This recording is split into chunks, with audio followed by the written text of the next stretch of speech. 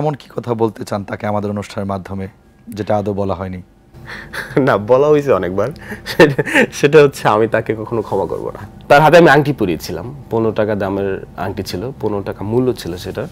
So টাকা পয়সা একটা ব্যাপার হয়ে দাঁড়ায় একটা সময়। মানে মানুষের আমাদের এটা এরকম হয়ে গেছে যে তুমি সত্য কথা বললে তোমার জেল, তুমি সত্য কথা বললে তোমার বিপদ হবে। কুকুর দেখে থাকি, মশার কয়েল দেখে থাকি, যে ভিডিও ভাইরাল, আনারস, বিভিন্ন কিছু।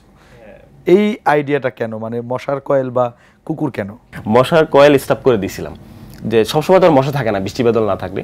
যখন আমি কয়েল বন্ধ করে দিলাম, মানে কয়েল বন্ধ করে দেওয়ার পর মানুষ কমেন্টে আন্দোলন শুরু করে দিয়েছে। মনে হচ্ছে টিএসসি দাঁড়িয়ে আছে অথবা রাজু বসুর কাছে দাঁড়িয়ে আছে যে তুমি কয়েল বন্ধ করলে আমরা ভিডিও দেখবো না। বাসায় দ্বিতীয়বার কোনো ঝামেলা হলে আমাদের ইস্যু নিয়ে, তাহলে আমি ফোন করে তুমি বাসার নিচে এসো, আমরা চলে যাবো। তা আমি অপেক্ষা ছিলাম, ওকে ফাইন, কল দাও, আমি বাসায়, আমি প্রস্তুত, রেডি।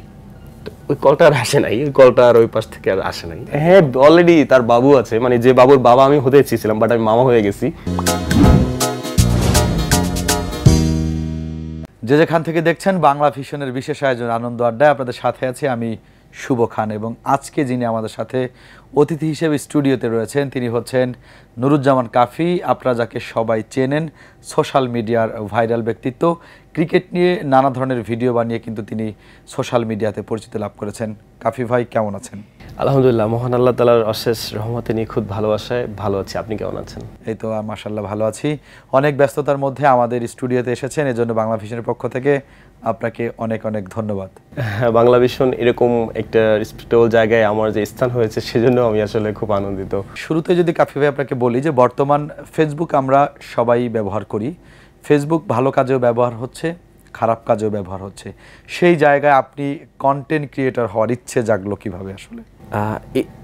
এই প্রশ্নটার আগে আমি আরেকটু পিছনে যাই, যে ক্রিকেট ভিডিও বানিয়ে জনপ্রিয়তা, এখন দেখা যায় কি, আমি তো যৌক্তিক কথাগুলো বলি, ক্রিকেটের জন্য যৌক্তিক কথা বলি, দেশের সংকটময় বা বিভিন্ন ইস্যুতে যৌক্তিক কথা বলা হয়। সেই জন্য শুধু ক্রিকেট না, সব দিক থেকে মিলেই হচ্ছে কথা বলা হয়। আমাদের প্রশ্ন ছিল কোনটা, যে ভালো কন্টেন্ট ক্রিয়েটর কিভাবে হওয়ার ইচ্ছা জাগে। করোনার সময় মানুষজন ঘরবন্দি ছিল, করোনার সময় ঘরবন্দি ছিলাম, কিন্তু তবুও চুপি চুপি লুকিয়ে লুকিয়ে ক্রিকেট খেলতাম। তো একদিন আমি ব্যাটিং করতেছিলাম একদিন, তখন ওপাশ থেকে পুলিশ আসতেছিল, তো ওভাবে স্টাম্প টেস্টাম্প রেখে পালাইছি, জুতা টোতা হচ্ছে পাশ ছিল, পুলিশ হচ্ছে এগুলো নদী খাল বিলে ফেলে দিছে।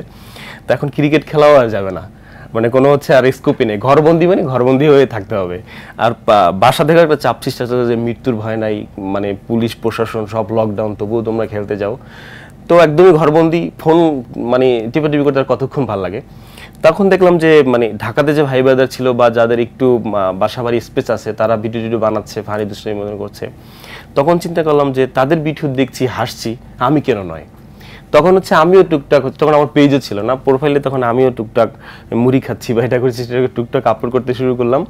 দেখলাম মানুষজন এনজয় করতেছে, হাসাহাসি করতেছে, তখন আরো ইন্সপিরেশন হলো, আরো করতে করতে করতে করতে হয়ে গেছে। ক্রিকেট নিয়ে এই ভিডিও বানাতে হবে কেন, এই জায়গাটা ধরে নিলেন কেন বাংলাদেশের ক্রিকেটকে? ক্রিকেট নিয়ে ভিডিও বানাতে হবে কেন, মানে আমি নিজেও কিন্তু ক্রিকেট খেলি বা খেলে আসছি লিগে, আমার মানে থানা পর্যায়ে আর কি টুকটাক খেলে আসছি, বা একটা স্বপ্নও ছিল যে ক্রিকেটার হব। সো ব্যাটে বলে মিলে নাই আর কি, যার জন্য হয় নাই। সো ক্রিকেট আসলে নট অনলি কাফি বাট অলসো অ্যানাদার পিপল, তাদেরও একটা বাঙালির আবেগের জায়গা, ভালোবাসার জায়গা। ও সাকিবুল হাসান 6 মারলে তালি, আর হচ্ছে সে আউট হয়ে গেল গালি, তবুও দিন শেষে আমরা ক্রিকেটকে ভালোবাসি, মিস করি। তামিম ইকবাল, মানুষ বলে অনেক ইগু, অনেক মানি না, তবুও দিন শেষে তামিম ইকবাল এখন খেলতে নামুক, তামিম করে চিল্লে হবে। তো এটা আসলে আবেগের জায়গা, ওই জায়গা থেকেই আসলে ক্রিকেটকে নিয়ে কন্টেন্ট। ক্রিকেটের ভিডিও বানাচ্ছেন ভালো, বিভিন্নভাবে বিভিন্ন সময় আমরা বিভিন্ন কিছু দেখে থাকি আপনার পাশে, কুকুর দেখে থাকি, মশার কয়েল দেখে থাকি, যে ভিডিও ভাইরাল, আনারস, বিভিন্ন কিছু। এই আইডিয়াটা কেন, মানে মশার কয়েল বা কুকুর কেন? আমি যেই জায়গাটায়, যেই দরবারটায় বসে কথা বলি আর কি, যৌক্তিক দরবার, মানুষ নাম দিছে যৌক্তিক দরবার, তো ওই জায়গাটা নিরিবিলি জায়গা। আমি তো একটা টপিক্সের উপরে কথা বলি, দেখা গেছে আমার ভিডিওটা শেষ হতে 5 মিনিট 6 মিনিট 7 মিনিট লেগে যায়, তো ফিনিশিং দিতে সময় লেগে যায়। এই জন্য আমার নিরিবিলি জায়গা দরকার হয়, যে চুপচাপ জায়গা হলে মানে আমার কথাটা সুন্দরভাবে বলা যাবে। তো ওই যে বাড়িটা, যে মানে বিল্ডিংটা, ভাঙা বিল্ডিংটা, পুরাতন বিল্ডিংটা, ওই জায়গাটা আমরা অনস আপন এ টাইম এক সময় ছিলাম আর কি, এখন পরিত্যক্ত ভবন। তো পাশে ঝাড় ঝোপ এটা সেটা, যার জন্য হচ্ছে গিয়া মানে আমি যৌক্তিক কথা বললে বা ক্রিকেট নিয়ে কথা বললে যেই কথা বললেই হচ্ছে গিয়া মশা আমাকে কথা বলতে দেয় না, মশা আমাকে ডিস্টার্ব করে। তো যার জন্য হচ্ছে কি আমি কয়েল ধরাই, কয়েল ধরানোর পর হচ্ছে মশা থাকে না, আমি মশারি টানানোর চেষ্টা করছিলাম। তো আমি তো আমার ভিডিওগুলো একা একাই করি, তো আমার স্পন্সর ভিডিওগুলো ভাই ব্রাদার করে দেয়, বাট ওই যে ভিডিওগুলো এগুলো একা একা করতে হয়। তো যার জন্য মশারি টানানোটা টাফ হয়ে যায়। এরপরে হচ্ছে মশার কয়েল দিই। তো কয়েলটাও কিন্তু বলা যায় যে মানুষ বলে যে কয়েলের দাম তুমি বাড়াইছো, এরকম মানুষ বলে। মশার কয়েল স্টপ করে দিয়েছিলাম, যে সবসময় তো আর মশা থাকে না বৃষ্টি বাদল না থাকলে। যখন আমি কয়েল বন্ধ করে দিলাম, মানে এখন তো ঢাকাতে আসছি বা হচ্ছে এখন তো কয়েল ধরানোর স্কোপ তৈরি হয় না, ওখানে যখন বলি তখন কয়েল ধরে। কয়েল বন্ধ করে দেওয়ার পর মানুষ কমেন্টে আন্দোলন শুরু করে দিয়েছে, মনে হচ্ছে টিএসসি দাঁড়িয়ে আছে অথবা রাজু ভাস্কর দাঁড়িয়ে আছে যে তুমি কয়েল বন্ধ করলে আমরা ভিডিও দেখবো না। এখন তো আমি মহা ঝামেলায় পড়ে গেলাম। তো দেখা হচ্ছে মশা থাকুক বা না থাকুক লাগা কয়েল। আপনার পরিবারে কে কি করে, আপনার আব্বু কি করে? আমরা খুবই ছোট্ট ফ্যামিলি। আমার 2 ভাই, আর আমার আব্বু একজন শিক্ষা প্রতিষ্ঠান প্রধান, বড় ভাই বিবাহ করছেন, বাবু আছেন। এই যে আপনি ভিডিও করেন, আপনার ভিডিও তো অবশ্যই তাদের সামনে যায়, যেহেতু দেশের বিভিন্ন প্রান্তে যাচ্ছে, দেশের বাইরেও মানুষ দেখছে। এই তারা আপনার ভিডিও দেখে কোনো রিয়াকশন বা আপনাকে বাধা সৃষ্টি করেছিল কিনা প্রথম দিকে? আমি একটা সময় যখন শুরু করি তখন আমার ভিতরে সবসময় কাজ করে যে আমি ফেয়ার কথাটা বলবো, কারো পা না চাইটা আর কি, যৌক্তিক কথাটা বলবো। আমি আমার কথাগুলো মানুষজন যারা দেখে তারা বলে যে পা চাটার সুযোগ নেই, রিয়েল অথেন্টিক পিওর হক হালালি, যেটার ভিতরে কোনো ঝই ঝামেলা নেই, সেই কথাটা বসতে বলছি, আমার কন্টেন্টের ভিতরে বলি। তো প্রতিটা টপিক্সের ভিতরে আমার থাকে যে আমি গণমানুষের পক্ষে কথা বলবো, মানুষের ফেভারে কথা বলবো, মানুষ যেটা চায় সেটা বলবো, যদি সেটা যৌক্তিক হয়। তো এই কথাগুলো বলতে গেলে এখন ধরেন বাংলা ভিশনে আসছি, এখন আমি বললাম বাংলা ভিশনের এই জিনিসটা ভাল লাগে নাই, ওটা হোক জিনিসটা খারাপ, এটা বলা তো সমীচীন হয় না। বা আমি এখানে বসে বললেও কিন্তু এখানের কলিগদের একটু মন খারাপ হবে, অথবা এখানে যদি ওইরকম মানে তেরা টাইপ লোক থাকে তখন এখানে এটা ক্যাচাল তৈরি হয়ে যাবে। এখন এই কথাগুলো, অথবা এই কথাটা আমি বাইরে গিয়েও আলোচনা করতে পারি যে এই দিক থেকে খারাপ লাগছে, তারা এই জিনিসটা ইমপ্রুভ করলে ভালো হতে পারে, কিন্তু স্ট্রেট ফরওয়ার্ড বললে কিন্তু ঝামেলা হয়। তো এখন আমার কথা হচ্ছে আমি ঘুরেয়া প্যাচে সুন্দর করে যৌক্তিক কথাটা বলি। এখন যেটা প্রশ্ন ছিল আমাদের যে কোনো মানে চাপ সৃষ্টি, তো আমার ভাই একটা সময় এবং আমার পরিবারের বাইরেও যারা আমার খুব নিয়ারেস্ট যারা ভাই ব্রাদার আছে তারাও একটা সময় বলছে তুমি এইভাবে ফেয়ার কথাগুলো বইলো না, এটা বাংলাদেশ। তা আমার কাছে প্রশ্ন হয় যেটা বাংলাদেশ সেজন্য ফেয়ার কথা বলা যাবে না? তারা মানে মানুষের আমাদের এটা এরকম হয়ে গেছে যে তুমি সত্য কথা বললে তোমার জেল, তুমি সত্য কথা বললে তোমার বিপদ হবে। আমার কাছে যেটা মনে হয় আমি সুস্থ আছি, মানে মনে হচ্ছে আমি সুস্থ আছি, সুস্থভাবে কথা বলছি। আমার কথা হচ্ছে সত্য কথা বললে সেটাই তো জয় হওয়া উচিত। মিথ্যা মানে এরা এমনটা বোঝাচ্ছে যে তুমি মিথ্যা বলো তাহলে ওকে ফাইন, এটা মানুষ বলে, কিন্তু এটা তো হওয়ার কথা না। কারো পক্ষে বলা বা এরকম কিছু, মানে এরকমটা বলাই মানে আপনাকে সাজেস্ট করে এক পক্ষ হয়ে কথা বলো, লাইক হচ্ছে যারা ক্ষমতা আছে তাদের পক্ষে কথা বলো, বা হচ্ছে যে যেটা হচ্ছে কি আনলিগাল সেটা কথা বলো, ইলিগাল সেটা মানে যেটা হচ্ছে ঠিক না ওইটাই বলো। কিন্তু কেন ভাই, যেটা সত্য সেটাই তো বলা উচিত।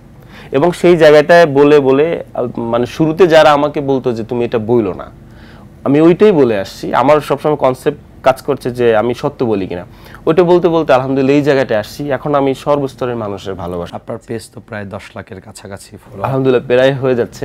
আমি এখানে আরেকটু কথা বলে দিই, অ্যাড করে দিই। আমাদের বিএনপির মহাসচিব মির্জা ফখরুল, আমাদের বলতে আমার না, মানে যারা বিএনপি করে, তো মির্জা ফখরুল ইসলাম আলমগীর স্যার, তিনি আমার পেজ ফলো করেন।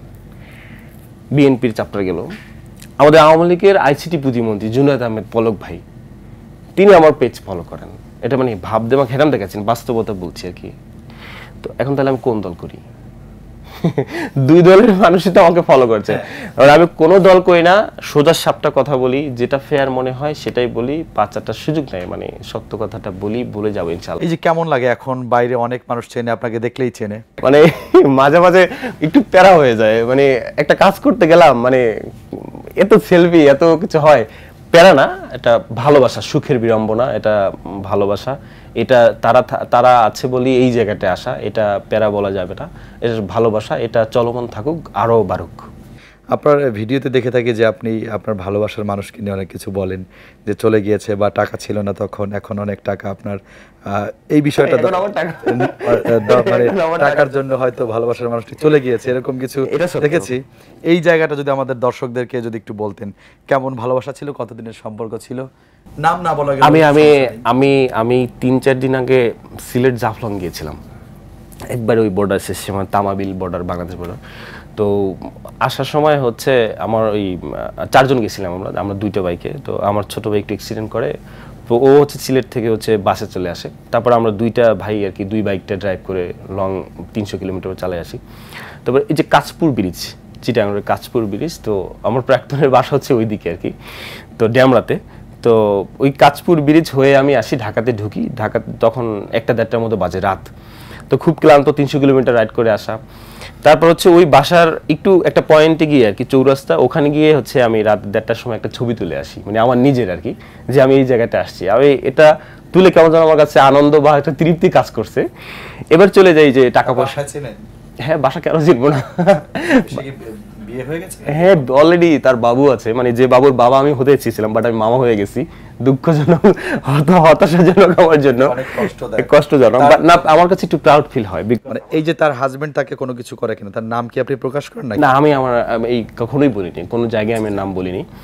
তো আমার ওই যে তার যে আমি যে তার বাবুর বাবা হতে চেয়েছিলাম, বাট মামা হয়ে গেছি। তো মামা হয়েও আমার আসলে প্রাউড ফিল হচ্ছে, বিকজ আমার ভাগনা সে কানাডা বসে পৃথিবীতে আসছে। আমার ভাগনা কানাডার, এই জন্য আমার কাছে আনন্দ লাগছে যে আমার একজন ভাগনা আছে, সে কানাডা। এখন কি চলে গেছে? অনেক আগে চলে গেছে। আমি লাস্ট আপডেট যেটা শুনতে পেলাম, মানে মানুষজন সাইড ছুট থেকে বলে না, সেটা বলে। সে বাবুর আম্মু সম্পর্ক ছিল 2 বছরের সম্পর্ক ছিল। সো তার হাতে আমি আংটি পরিয়েছিলাম, 15 টাকা দামের আংটি ছিল, 15 টাকা মূল্য ছিল সেটা। সো টাকা পয়সা একটা ব্যাপার হয়ে দাঁড়ায় একটা সময় এসে, আসলে ওই তোমার যখন না থাকবে তখন ভালোবাসার জানালা দিয়ে পালাবে, এমন একটা ব্যাপার হয়। তখন আমার টাকা পয়সা ছিল না। ওই 15 টাকার দামের আংটিটা দেওয়ার, ওটাও বাপের টাকা ছিল, ওই এদিক সেদিক করে কিনে দিছি। বাট 15 লাখ কিংবা 15 কোটি টাকা দিয়ে দিতে পারলে হয়তো থাকতো। তো সে আমাকে লাস্টে পরে বলেই গেছে যে তুমি এখনো ছোট, বা হয় না, আসলে সে কিছু না বলেই চলে গেছে। বেটার শেষ আপনার সাথে তার সাথে কি কথা হয়েছিল, সরাসরি শেষ দেখা হয়েছিল কত বছর আগে? একদম সেই 18তে, এখন তো 24। 18তেই শেষ দেখা হয়েছিল, যখন এইচএসসি ফাইনাল পরীক্ষা দিয়েছিলাম। আর শেষ কথা এটাই ছিল যে তুমি এখনো ছোট, তোমার বড় হতে আরো সময় লাগবে। আর চারপাশ থেকে তার একটা ব্লেম ছিল যে কাফির তো ঢাকাতে বাসা বাড়ি নাই, টাকা পয়সা নাই, সো তুমি একজন বাড়িওয়ালার মেয়ে, কেমনে কি হবে? ঢাকার বাড়িওয়ালা? হ্যাঁ, ওই যে ড্যামরা থানায়, ওখানে স্থানীয়রা। তো চলে গেছে, বাট এখন আমি তাকে ভালোবাসি। এর মধ্যে 6 বছরের মধ্যে কি আপনার সাথে তার সাথে কোনো? আমার সজ্ঞানে কমেন্টে, মেসেজে, কলে কখনোই কথা হয়নি। তবে তার বিয়ে হয়ে যাওয়ার আগে ওই ছেলেটা যার সাথে বিয়ে হয়েছে তিনি কানাডায় থাকে, বাংলাদেশি ছেলে কানাডায় থাকে, সেখানের আই হোপ ভালো অবস্থানে আছে, অনেকদিন ধরে থাকে। তো যখন হচ্ছে তার হাতে কিন্তু আমি আংটি পরেছিলাম, তার অনুমতি নিয়ে, জোর জবরদস্তি করে না। সে আমাকে পরে প্রশ্ন করেছে তুমি আমাকে বিয়ে করতে চাও কিনা। সে বলছে হ্যাঁ। বিয়ে না করতে চাইলে এত যুদ্ধ করছি কেন বাসায়, আংটি পরাই। তো যখন তার ওই পাশেও আংটি পরানো হয়ে গেছে, তখন সে আমার টোটালি যোগাযোগ বন্ধ করে দিয়েছে। তো তার সাথে যখন রিলেশন কন্টিনিউ ছিল, তখন হচ্ছে তাদের বাসার দোতলায় তিনি থাকতো আর কি। তো আমি নিচে গেলে জানালা দরজা খুলে সে বেলকুনিতে এসে হচ্ছে আমার সাথে দেখা করতো বা দেখতো। তো যখন হচ্ছে সেখানে আংটি পরানো হয়ে যায় বা সেই ছেলের সাথে বিয়ে পাক্কা হয়ে যায়, তখন আমি গিয়ে দেখতাম সে বারান্দায়, বাট আমাকে দেখে সে বন্ধ, মানে খোলা দরজা আটকে দিত। আমি এটা বুঝতে চাচ্ছি যে একটা সময় বন্ধ দরজা খুলে আমার সাথে দেখা করতে আসতো, এর পরক্ষণে সে খোলা দরজা বন্ধ করে দিয়ে ভিতরে ঢুকে যেত। তার মানে কি আসলে বর্তমান জেনারেশন যারা সম্পর্ক করে অনেকটাই হচ্ছে আপনার টাকার কাছেই ভালোবাসাটা হেরে যায়? ওই সিচুয়েশনে আসলে কয়েকটা দিক আছে, যে আপনি ভালোবাসার মানুষকে পাবেন, এর জন্য আপনাকে যুদ্ধ করতে হবে, সহজেই আপনি পেয়ে যাবেন না। আর টাকা পয়সা এটা এমন একটা জিনিস দরকার, কিন্তু তবুও সব মেয়ে সব পুরুষ টাকা না। মানুষ নাড়ার ঘরে, কুড়ের ঘরে থাকতেছে না, এসি রুমেই যে শান্তি, গরুর মাংসেই যে শান্তি, ডাইল আলু ভর্তার শান্তি আছে। আপনাকে কি সে দেখে, কি মনে হয়? অবশ্যই, যেহেতু দেশের মানুষ, দেশের বাইরের মানুষ। এখন হ্যাঁ, যেহেতু হিউজ পরিমাণ ভিউজ টিউজ আল্লাহ দিচ্ছে, হচ্ছে, মানে সে না দেখলেও পার্শ্ববর্তী মানুষজন তো আছে, হয়তো দেখাচ্ছে যে কাফি এখন এই যে এটা এই অবস্থা আছে, অথবা এটি বাংলা ভিশনের ইন্টারভিউ বের হলেও দেখাতে পারে যে দেখো কাফি এখন বাংলা ভিশনে ইন্টারভিউ দিচ্ছে। আপনার ভালোবাসার কথা শুনে আমার নিজের কাছে জানি কেমন লাগছে। আপনার আমি ভাই তার জন্য যথেষ্ট করছি একটা। এখন আমার বাবা মাকে তো বলা যায় না যে আমি তার সাথে প্রেম করে নিয়ে দাও। আমার ভাইয়ের সাথে কথা বলা, আমার আন্টির সাথে কথা বলা যে তুমি চলে আসো। সে আমাকে লাস্ট যেটা প্রশ্ন ছিল, আপনার লাস্ট কি কথা ছিল, তো লাস্ট প্রশ্ন এটা ছিল যে উনি আমাকে বললো যে বাসায় যদি বাসায় তো ঝামেলা জানাজানি হয়ে গেছে, তো বাসায় যদি দ্বিতীয়বার কোনো ঝামেলা হয় আমি তোমাকে কল করব। আমি বললাম ওকে ফাইন, দ্যাটস। তো তখন আমি যাত্রাবাড়িতে কোচিং করি ফোকাসে। তো আমি বললাম যে ওকে তুমি আমাকে কল করো, 30 মিনিটের ভিতরে আমি তোমার বাসার নিচে চলে আসবো। যাত্রাবাড়িতে ড্যামরা যেতে 30 মিনিটের মতো লাগে, তো নিচে চলে আসবো, তুমি চলে আসবা, মানে আমরা চলে যাবো, বাসা থেকে পালিয়ে যাবো এরকমটা। তো ওই কলটা আর আসে নাই। উনি বলছিল যে বাসায় দ্বিতীয়বার কোনো ঝামেলা হলে আমাদের ইস্যু নিয়ে, তাহলে আমি ফোন করে তুমি বাসার নিচে এসো, আমরা চলে যাবো। তো আমি অপেক্ষা ছিলাম, ওকে ফাইন কল দাও, আমি বাসায়, আমি প্রস্তুত, রেডি। তো ওই কলটা আর আসে নাই, ওই কলটা আর ওই পাশ থেকে আর আসে নাই, যার জন্য আর হয় নাই। এমন কি কথা বলতে চান তাকে আমাদের অনুষ্ঠানের মাধ্যমে যেটা আদৌ বলা হয়নি? না, বলা হয়েছে অনেকবার। সেটা হচ্ছে আমি তাকে কখনো ক্ষমা করব না, বাট ভালোবাসি। কাফি ভাই এখন ফেসবুক পেজ থেকে আয় কেমন হচ্ছে, যদিও পুরোটা বলা ঠিক না, মানে কেমন চলে যাচ্ছে? এই লেটেস্ট একটা আইফোন কেনা যায়। একটা আইফোন কিনলেন? হ্যাঁ, ওটা তো কিনলাম না, মানে ওই লেটেস্ট আপডেট যেটা আইফোনটা আছে ওটা নেওয়া যায়। আপনার কয়েকদিন আগে একটা ভিডিও দেখলাম, বাংলাদেশ ক্রিকেট নিয়ে কথা বলেছেন যে স্যালাইন এবং হচ্ছে লিচু। ও হ্যাঁ হ্যাঁ হ্যাঁ হ্যাঁ, আমরা এমডিকের সাথে ভাই আমার মনে হচ্ছে আমাদের ভিসা দিবে না, এই জন্য মনে হয় আমরা খারাপ খেলি। তো মানে তাদের সাথে আমরা এরকম ভাবে বাজে পারফরমেন্স করা, অবশ্য লাস্টের ম্যাচটায় মানে বাঙালি খুব দেখাই দিচ্ছে, আবার ইন্ডিয়ার সাথে এসে খুবই জয় ঝামেলা হয়ে গেছে। তো আমি ওটা করি আর কি, যে মানে আমি প্লেয়ারদেরকে যে শুধু ব্যঙ্গ করে বা হচ্ছে গিয়ে ছোট করে বা করা যায় আনইন্সপিরেশন, সেটা না, মানে জিতলে তো সবারই ভালো লাগে। তো এই ভালো লাগাটা আমি আরো ভালো লাগা তৈরি করি যখন হাতের কাছে যেটা পাই। গ্রামে যখন ছিলাম তখন পেয়ারা টেরা বা আনারস, যখন যেটা ফলটা পাই ওইটা আমি বলি যে আজকে মাহমুদুল রিয়াদ ভাই ভালো করছে, এটা তার জন্য ম্যান অফ দ্য ম্যাচ। এখন ওই জায়গায় যাওয়ার মতো তো আমার স্কোপ নাই, এই জন্য আমার হাতের কাছে যেটা আছে এটা বলি যে ভাই এটা আজকে তোমার জন্য, তুমি ভালো খেলছো, মানে জিনিসটাকে একটু মজা করার জন্য এটা করা। এমনি ক্রিকেটের কারো মানে আমাদের বিসিবি বা ক্রিকেটের খেলোয়াড়দের সাথে মানে কারো সাথে থাকে না শত্রুতা আছে কিনা, যে ক্রিকেট নিয়ে আপনার ভিডিও বানাতে হচ্ছে, ক্রিকেট নিয়ে নানান কথা বলতেছেন, যদিও দর্শক সেটা নিচ্ছে, এটা নেগেটিভ না, জাস্ট দর্শককে হয়তো আপনি মজা করেই বলছেন, দর্শক আপনার বিষয়টা লুফে নিচ্ছে। ক্রিকেটের পার্সোনালি কারোর সাথে শত্রুতা আছে কিনা? একদম টোটালি না, কারোর সাথে পার্সোনালি আমার তো কারোর সাথে দেখাই হয় নাই, বাট ওই স্টেডিয়ামে খেলার মাঠে বসে তো সবাইকে দেখা, কারোর সাথে ব্যক্তিগত কোনোই বাজাবাজি নেই। এজ এ তিনি একজন ক্রিকেটারকে আবার আমি আলাদা করতে চাচ্ছি না, দিন শেষে আমরা বাঙালি, আমরা লাল সবুজের মধ্যে আছি, আমরা দিন শেষে বাংলাদেশি, কারোর সাথে কোনোই বাজাবাজি নেই যে ওকে খুব করে আজকে লিটন দাস ডাক মারলো, দে লিটনের ফেলাটা কে আছে খোঁজ, এরকম কোনো কিছু নাই। আপনার শান্ত ভাই হচ্ছে কন্টিনিউ খারাপ করতেছে, ক্যাপ্টেন্সি পেয়েছে, কিসের ক্যাপ্টেন্সি, সাকিব আল হাসান, মাহমুদুল রিয়াদ ভাই থাকতে, এরকম কারোর সাথে কোনো বাজাবাজি নেই, জাস্ট আমি খেলা দেখি, খেলার উপর ডিপেন্ড করে কন্টেন্ট বানাই। এবার পয়েন্টে আসেন, আসলে এই যে নামটা বা আপনার টি শার্টের আপনি শুরু করেছেন বিজনেস, কেমন যাচ্ছে এবং নামটা পয়েন্টে আসেন। আমি তো ওই যৌক্তিক দরবারে বসে কথা বলি, তো ওই যে বললাম ভাই, আমি যেভাবে গতকালকে মিরপুরে ছিলাম, ওই সিলেট যাওয়ার আগে, তো একজন ভাই এসে আমাকে বললো কি কানে কানে আস্তে করে বলছে, ভাই ঢাকার বিএনপির সমাবেশগুলো আপনি যাওয়া হয় কিনা। আমি কিছুটা অবাক হলাম, ঘটনা কি প্রশ্ন করে আমাকে। আমি বললাম ভাই আমি তো কোনো পলিটিক্স করি না, তবে বলে ভাই আপনাকে বরিশালে কোনো প্রোগ্রাম আমি দেখছিলাম। এখন বরিশালে বিবির পুকুরের পাড়ে আমি ছিলাম একদিন, এখন বিএনপির মিছিল যাচ্ছিল, সেখানে আমাকে দেখছে, তিনি ভাবছে যে আমি হয়তো বিএনপির কিছু। এখন বললাম ভাই আমি টোটালি কোনো দল করি না, কিছু করি না। এখন যেটা বললাম যে পয়েন্টে আসেন, ওই জায়গাটায় বসে কথা তো বলতে বলতে 7-8 মিনিট লেগে যায় একটা টপিক্সের উপরে। তো আমি যেভাবে যে প্যাটার্নে কথা বলি, এত দিনে মানুষ ভাবে, হয়তো কেউ ভাবে বিএনপি, কেউ ভাবে আওয়ামী লীগ, কেউ ভাবে জামাত শিবির, বা মাঝে মাঝে খুব মানে কথা বলে ফেলি যেটা ফেয়ার কথা এক পক্ষে সহ্য হবে না। এখন এই দিকটার উপর বেচ করে হয় কি, এতদিন আমার জেল হাজত হয়ে যেত, বা একটা চাপ সৃষ্টি হতো, বা প্রশাসনিক একটা ঝামেলা হতো। তো কথা বলতে বলতে হয় কি, একটা স্পেচে এসে বলি যে ভাই পয়েন্টে আসেন, কথা বলতে বলতে এসেছে 3 মিনিট কথা বললাম, এই যে একটু আগে পানি খেলাম, একটা মানে স্পেস নিলাম, তো কথা বলতে বলতে বলতে আইসে বলছে ভাই একটু পয়েন্টে আসেন। এটা মানে পয়েন্ট আসেন শব্দ শেখাও না, ভিতর থেকে বানানো, মানে কথা বলতে বলতে পয়েন্টে আসেন একটা শব্দ এসে গেছে, সেই জায়গা থেকে এটা বলা যে পয়েন্টে আসেন। আপনার টি শার্ট কেমন, মানে আপনার বিজনেস কেমন যাচ্ছে? আলহামদুলিল্লাহ ভালো রেসপন্স পাচ্ছি, আর নেগেটিভ রেসপন্স পাচ্ছি, এগুলো কুত্তা কাফির টি শার্ট বা হচ্ছে আরো অনেকভাবেই বলে গুলিস্তানের টি শার্ট, এগুলোর প্রাইস হাই। আমার নতুন টি শার্ট, এটা মানে এখানে পয়েন্টেশন লেখা আছে, এটা আমি নতুন লঞ্চ করছি আর কি, এই গতকাল কি হচ্ছে এটা বের করছি, কৃষ্ণচূড়ার ফুল দিয়ে আছে আমি ইয়া করছি। তো এখন মানুষ যারা বলে যে কুত্তা কাফির টি শার্ট এটা, বা এটা আমি এনজয় করি, আমার পাশে কুকুর থাকে, অবিশ্বাসের সবাই, মানে প্রাণীদেরকে কি বেশি ভালোবাসা হয়? অসম্ভব ভালোবাসি, মানে এটা আমার কাছে মানে আমি মানুষের রোগ বিপদ আপদ হয় না, আমার কাছে মনে হয় ওদেরকে যত ভালোবাসি, ওদেরকে যত খাওয়াই, ওদেরকে যত ই করি, আল্লাহ তাআলা আমার কোনো না কোনো দিক থেকে আমার বিপদ চলে যায়।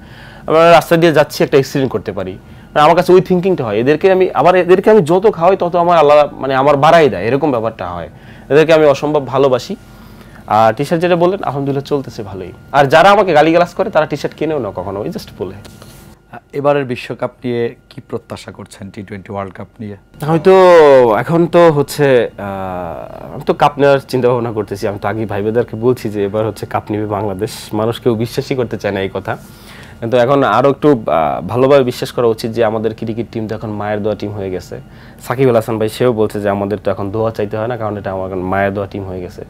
যে টিমটা আসলে মায়ের দোয়া টিম, মায়ের দোয়ার উপর তো আর কিছু নাই, তো এখানে ভালো কিছুই আশা করি। আর হচ্ছে যেটা পয়েন্টের কথা, সেটা হচ্ছে আমরা যে টিম গেছে, সাইফুদ্দিন ভাই, মেহেদী হাসান, মিরাজ এরা গেলে আরও ভালো লাগতো, বা হচ্ছে গিয়া সাইফুদ্দিন ভাই গেলে অলরাউন্ডার পেতাম, একজন বোলিং স্ট্রং এবং ব্যাটিং দুইটা, বিপিএলও কিন্তু ভালো করছে, গেলে ভালো লাগতো। তবু এখন যারা আছে আমাদের বলের ডিপার্টমেন্টটা খুব ভালো আছে, তাসকিন ভাই, শরীফুল ভাই মনে করছি ইজি হয়েছে, তাসকিন ভাই, মোস্তাফিজ ভাই ভালো আছে, ব্যাটিং সাইডও ভালো আছে, ভালো একটা কিছু আশা করি। এটা আর ক্রিকেট তো এটা বলা যায় না, আমেরিকার সাথে হেরে গেলাম, আবার ইন্ডিয়ার সাথে এসে, এটা বলা যায় না। তবে আমরা যে ব্যালেন্স টিম, ভালো কিছু আশা করি। বয়স্ক মাহমুদুল্লাহকে কিভাবে দেখেন? এই মানুষটা যত বুড়ো হয় তত হচ্ছে গিয়ে তার আরো মানে ছক্কার পাওয়ার বেড়ে যায়। তবে এটা আশা ছিল ক্যাপ্টেন্সি থাকলে হয়তো ভালো লাগতো, এটাই হয়তো শেষ তার বিশ্বকাপ। আর এই মানুষটাকে নিয়ে আসলে কিছু বলার নাই, মানুষটাকে ভালোবাসি। মানুষটাকে ওই যখন ওয়ার্ল্ড কাপের সময় নিতে চাচ্ছিল না, তখন আমি তীব্র আন্দোলন গড়ে তুলছিলাম ওই নিজের জায়গা থেকে, যে মানুষটাকে চাই। তো অবশেষে তো নেওয়া হলো, এবং তিনি হচ্ছে প্রথম 100 করলেন। তো এটা এই মানুষটাকে অসম্ভব ভালোবাসি, নট অনলি ওই যে বললেন শুধু স্পেসিফিকভাবে তাকে, সবাইকেই ভালোবাসি, এই মানুষটাকে শ্রদ্ধা, ভালোবাসা। কি করতে সবচেয়ে বেশি পছন্দ করেন? মানুষের সাথে মিশতে, খুব ভালোভাবে কথা বলতে, এটা এটা ভালো পারি আর কি। এবং মানুষের সাথে খুব সুন্দর করে মনে হয় যে বড় ছোট নাই, সবার সাথে মিশতে পারি, এটা আমার কাছে খুব ভালো লাগে। আমাদের আয়োজন দেখতে দেখতে একেবারে শেষ প্রান্তে, যদি শেষ হওয়ার আগে আপনাকে বলি যে যে মানুষটাকে আপনি অনেক ভালোবাসেন, কোনো একটা সময় সেই মানুষ যদি ফিরে আসে কি করবেন? না, আমি তাকে টোটালি রাখবো না, কারণ হচ্ছে আমার কাছে মনে হয় যে মানুষটা একসময় আমার ছিল, আমাকে ছেড়ে সে অন্য মানুষের সাথে চলে যেতে পারছে। তো ওই মানুষটাকে ছেড়ে যদি আবার আমার কাছে আসে, আমার কাছ থেকে যে আবার কখনো কোথাও, আমি জানি এই কথাগুলো তার নিতে অনেক কষ্ট হবে, আমার কাছে ওই কনসেপ্টটা কাজ করে যে আমার কাছে যখন ছিল সে তো চলে গেছে, এখন অন্য মানুষের কাছে। অন্য মানুষ ছেড়ে যদি সে আবার আমার কাছে আসে, আমার কাছে থেকে যে আবার অন্য কোথাও যাবেন এর কোনো গ্যারান্টি নেই। হয়তো যায় না, বেশিরভাগ এটা কথার কথা বলা। এই মুহূর্তে রিলেশনে আছেন কিনা? একদম পিওর সিঙ্গেল, ভিতরে কেউ নাই। বিয়ে শাদী করার চিন্তা? মন টানে না, চেষ্টা করছি অনেকবার যে করে ফেলি, মানে হচ্ছে রোবট তো না, রক্তে মাংসে করা মানুষ, দেখি কাউকে ভালো লাগে কিনা, ভালো লাগানোর চেষ্টা করি, ট্রাই করি, কিন্তু কিছুক্ষণ পর আর ভালো লাগে না, কারণ ধরো ভিতর থেকে ভালোবাসা তৈরি হয় না। কিন্তু মানুষ তো হেলাল হাফিজের মতো, এখন ঘটনা হচ্ছে একা এক মানুষ হলে ওই টিএসসির কোনায় সরোয়ার্দী উদ্যানে রাজু ভাস্কর্যে বা হচ্ছে বাংলা মিশনের নিচে সে বসে থাকতে হবে বুড়ো বয়সে, তো সেইটা হতে দেওয়া যাবে না, একটা সময় তো করতেই হবে, নিজের ছেলে মেয়ে হবে বা হচ্ছে নিজের মানুষ হবে, বাট সেটা কখন বলতে পারি না, বাট হওয়া উচিত হবে ইনশাল্লাহ, কিন্তু এখনই মন টানছে না। দর্শকদের কি বলবেন? আপনার অনেক ফ্যান ফলোয়ারদের, আমাদের আয়োজন একেবারে শেষ প্রান্তে, দর্শকদের উদ্দেশ্যে কি বলার আছে? দর্শকদের উদ্দেশ্যে বলবো আমি আপনাদেরকে অসম্ভব ভালোবাসি, আর আপনাদের যে ভালোবাসাটা রোডে ঘাটে গেলে পাই, এটা সর্বস্তরের সর্ব লেভেলের ভালোবাসাটা পাই, এটা কন্টিনিউ থাকুক। আর কেউ কেউ আছে দেখা যায় যে আমার সম্পূর্ণ ভিডিও না দেখেই হচ্ছে এখন রিসেন্টলি কন্ট্রোভার্সি শুরু করছে, তাদেরকে বলবো যে আমার সম্পূর্ণ ভিডিও দেখেন, তারপর হচ্ছে আলোচনা সমালোচনা আপনার দায়িত্ব করবেন, কিন্তু আমার ফুল বক্তব্যটা শুনে তারপর হচ্ছে আমাকে নিয়ে করা উচিত।